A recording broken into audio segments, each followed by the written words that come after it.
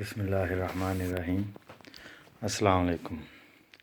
آج میں آپ سے دو چیزوں پہ بات کروں گا۔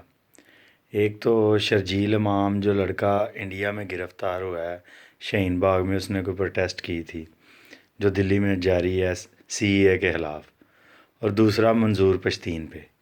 پہلے ہم شرجیل امام پہ بات کرتے ہیں کہ اس نے کیا بات کی ہے۔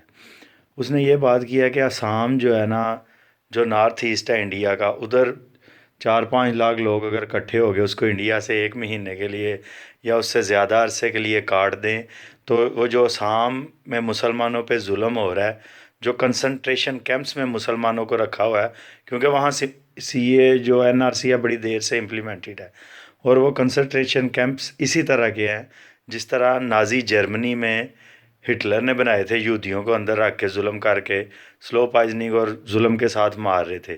اسی طرح آسام میں 30% سے زیادہ مسلمان ہیں جو لوکل آسامی مسلمان ہیں، اس کے علاوہ بنگالی مسلمان بھی ہیں۔ ان کے ساتھ جو بہت زیادہ ظلم ہو رہا ہے جو دنیا کو نہیں پتہ، کیونکہ کنسنٹریشن کیمپ انڈیا نے ادھر بنائے ہوئے ہیں۔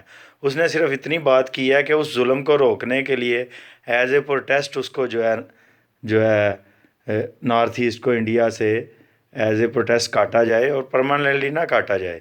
لیکن انہوں نے کیا کیا، اس بات پہ بھی اس پہ سیڈیشن چارجز لگا دیے ہیں کہ یہ جی غداری کر رہا ہے، یعنی کہ مسلمانوں کو آپ جتنا مرضی ظلم انڈیا میں کر لیں، آپ کنسنٹریشن کیمپس میں رکھیں، ان کا جینوسائیڈ کریں، ان کی نسل کشی کریں، لیکن اگر کوئی بندہ کہے کہ اس کے خلاف پروٹیسٹ کرنا ہے، پروٹیسٹ کرنے پر کی بات کرنے پہ بھی اس کو غداری کا سرٹیفکیٹ دے کے اس کو جیل میں ڈال دیا جائے۔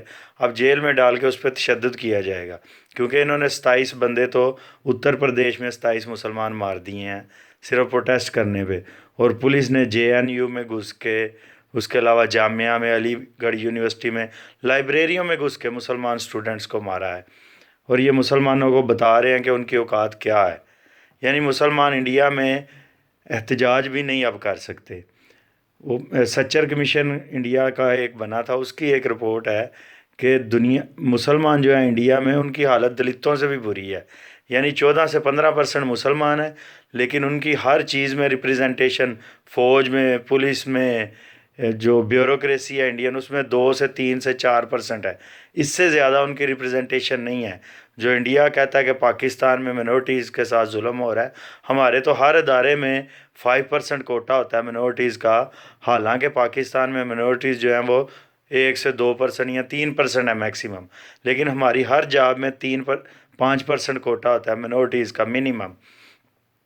تو انڈیا جس میں 15 سے 20% مسلمان ہیں، ادھر مسلمانوں کا، یہ انڈیا کی دلی ہائی کورٹ کے جج اس کا ہیڈ تھا، انہوں نے یہ رپورٹ سچر کمیشن آئی تھی، اور اس کے مطابق ہی مسلمانوں کی وہاں کوئی ریپریزنٹیشن نہیں ہے۔ دوسرا یہ جو منظور پشتین والا معاملہ ہے، منظور پشتین کا مسئلہ کیا ہے؟ اس کا یہ مسئلہ نہیں ہے کہ پشتونوں کے ساتھ زیادتی ہو رہی ہے۔ پشتون پاکستان میں ہوش ہے، اور 30% پشتون تو پاکستان آرمی میں ہے۔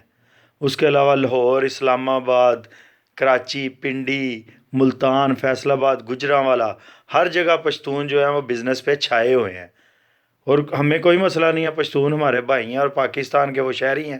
ایون افغان مہاجرین بھی ہمارے مسلمان بھائی ہیں، وہ جہاں مرضی آئیں پاکستان میں، ہمیں اس بات سے کوئی مسئلہ نہیں ہے۔ ہر بندہ اللہ کی زمین ہے، کوئی کافر ہو یا مسلمان ہو، وہ جہاں رزق کما رہا ہے یہ اس کا حق ہے رزق کمانے کا۔ ہم ان کی طرح نہیں ہیں جو کہتے ہیں ہم امیگریشن کے خلاف ہیں اور لوگ جو ہیں وہ ہمارا حق چھین رہے ہیں۔ ہر بندہ اپنی قسمت کا کھا رہا ہے اور اپنی محنت کا کھا رہا ہے۔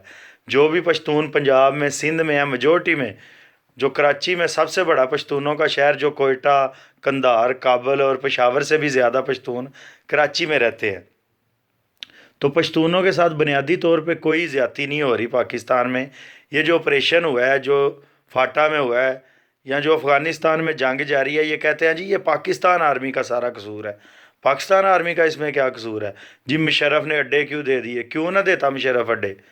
جب 2001 میں امریکہ پہ حملے ہوئے تھے 9/11 کے، تو چین، روس، انڈیا، پوری دنیا کے 6 ارب لوگوں نے، یونائٹڈ نیشن نے امریکہ کو آتھرائز کیا تھا افغانستان پہ حملہ کرنے کے لیے، ٹھیک ہے؟